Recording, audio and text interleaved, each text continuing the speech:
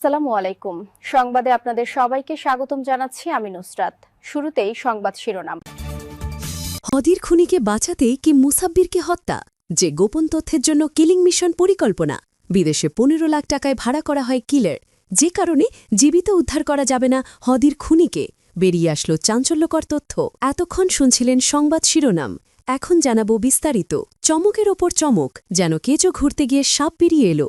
রাজধানীর বুকে ঘটে যাওয়া এক নির্মম হত্যাকাণ্ড ধীরে ধীরে উন্মোচন করছে অপরাধ, ক্ষমতা, অর্থ আর আন্ডারওয়ার্ল্ডের ভয়ঙ্কর জটিল এক সমীকরণ। ঢাকার ব্যস্ততম বাণিজ্যিক এলাকা কাউরান বাজার, যেখানে প্রতিদিন হাজারো মানুষের যাতায়াত, কোটি টাকার লেনদেন আর অদৃশ্য এক নিয়ন্ত্রণ যুদ্ধ চলে নীরবে। ঠিক এই জায়গাতেই গুলিবিদ্ধ হয়ে নিহত হন ঢাকা মহানগর উত্তর স্বেচ্ছাসেবক দলের সাবেক যুগ্ম আহ্বায়ক আজিজুর রহমান মুসাব্বির। বুধবার সন্ধ্যায় কাউরান বাজারের হোটেল সুপারস্টারের পাশে আহসানুল্লাহ টেকনোলজি ইনস্টিটিউটের গলিতে তাকে লক্ষ্য করে চালানো হয় একাধিক গুলি। মুহূর্তেই রক্তাক্ত হয়ে মাটিতে লুটিয়ে পড়েন মুসাব্বির। কিছুক্ষণের মধ্যেই নিভে যায় তার জীবন প্রদীপ। এই হত্যাকাণ্ড শুধু একটি ব্যক্তিগত শত্রুতার ফল নয়, এমনটাই বলছেন তদন্ত সংশ্লিষ্টরা, বরং এটি একটি সুপরিকল্পিত, অর্থের বিনিময়ে সংঘটিত কন্ট্রাক্ট কিলিং। ঘটনার পরপরই নড়ে বসে ঢাকা মেট্রোপলিটন পুলিশের গোয়েন্দা বিভাগ ডিবি। দেশের বিভিন্ন এলাকায় একযোগে অভিযান চালিয়ে তারা গ্রেফতার করে এক শুটারসহ মোট ৪ জনকে। গ্রেফতারের পরে আসতে থাকে একের পর এক চাঞ্চল্যকর তথ্য। জিজ্ঞাসাবাদে ধরা পড়ে হত্যাকাণ্ডের নেপথ্যে বিস্ময়কর ছক। একাধিক গোয়েন্দা সূত্র জানায়, জুলাই অভ্যুত্থানের মধ্য দিয়ে পট পরিবর্তনের পর রাজধানীর অপরাধ জগতেও বড় ধরনের রদবদল ঘটে। ক্ষমতার পালাবদলের সঙ্গে সঙ্গে আত্মকমিনে চলে যায় আওয়ামী লীগের বহু নেতাকর্মী ও সংশ্লিষ্ট প্রভাবশালী মহল।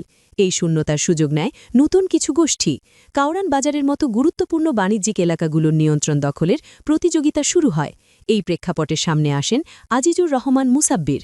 গোয়েন্দা তথ্য অনুযায়ী তিনি ধীরে ধীরে কাউরান বাজারে নিজের আধিপত্য বিস্তার করেন। ভ্যান স্ট্যান্ডসহ অন্তত ৪ শতাধিক দোকানের নিয়ন্ত্রণ চলে যায় তার হাতে। এই নিয়ন্ত্রণ শুধু অর্থনৈতিক নয়, ছিল প্রভাব, ভয় আর কর্তৃত্বের প্রতীক। কিন্তু এই উত্থান ভালোভাবে নেয়নি সবাই।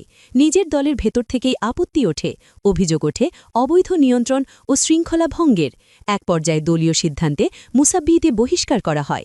কিন্তু বহিষ্কার হলেও তার নিয়ন্ত্রণ কমেনি, বরং আরও দৃঢ় হয়। এতেই ক্ষুব্ধ হয়ে ওঠে প্রতিদ্বন্দ্বী একাধিক চক্র।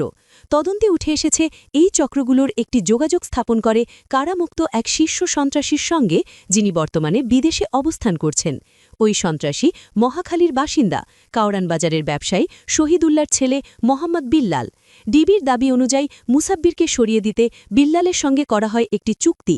শর্ত একটাই, মুসাব্বিরকে চিরতরে সরাতে হবে। বিনিময়ে নির্ধারিত হয় ১৫ লাখ টাকা। এই অর্থের মধ্য থেকে ৩ লাখ টাকা দেওয়ার কথা হয় শুটারদের। চুক্তির আওতায় শুধু হত্যা নয়, বরং মামলা পরিচালনা, কারাগারে সাপোর্ট, দ্রুত জামিন সবকিছুরই বন্দোবস্ত রাখার কথা ছিল। অর্থাৎ এটি ছিল পূর্ণাঙ্গ একটি অপরাধ প্রকল্প। শুটার হিসেবে বেছে নেওয়া হয় জিন্নাত বেসকে। ডিবি কর্মকর্তারা জানান, জিন্নাত কিছুদিন ধরেই বেকার ছিলেন। আর্থিক অনিশ্চয়তা আর সহজ টাকার লোভ তাকে এই ভয়ঙ্কর কাজে রাজি করায়। তার সঙ্গে যুক্ত হয় আরেকজন, রহিন। পরিকল্পনা বাস্তবায়নের আগে চলে নিখুঁত রেকি। কয়েকদিন ধরে মুসাব্বিরের গতিবিধি নজরদারি করে বিল্লাল, তার চাচা আব্দুল কাদির এবং ভাই মোহাম্মদ রিয়াজ। কোথায় যান, কার সঙ্গে আড্ডা দেন, কখন বাসায় ফেরেন, কোন পথে চলাফেরা করেন, সব তথ্য সংগ্রহ করা হয় পুঙ্খানুপুঙ্খভাবে। অবশেষে আসি সেই বুধবার। সন্ধ্যার পর থেকেই কাউরান বাজার এলাকায় অবস্থান নেয় পরিকল্পনাকারীরা।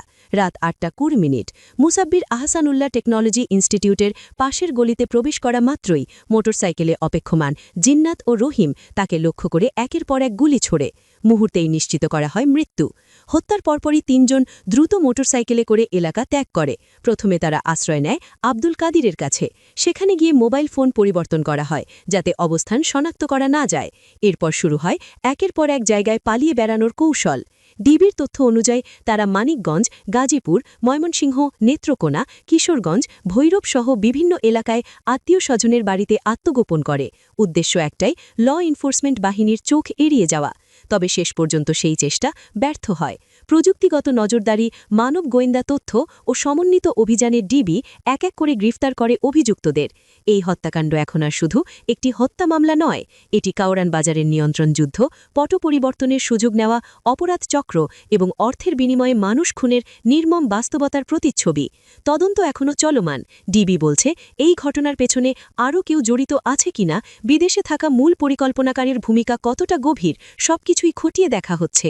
একটা প্রশ্নই এখন ঘুরপাক খাচ্ছে, এই চক্র কি এখানেই শেষ, নাকি কাউরান বাজারের অন্ধকার গলিতে লুকিয়ে আছে আরও ভয়ঙ্কর কোনো অধ্যায়? সময় দেবে সেই উত্তর। ইনকিলাব মঞ্চের মুখ্যপাত্র শহীদ শরীফ ওসমান। হদি হত্যাকাণ্ডের তদন্ত যতই এগোচ্ছে ততই সামনে আসছে ভয়ঙ্কর এবং বিস্ময়কর তথ্য।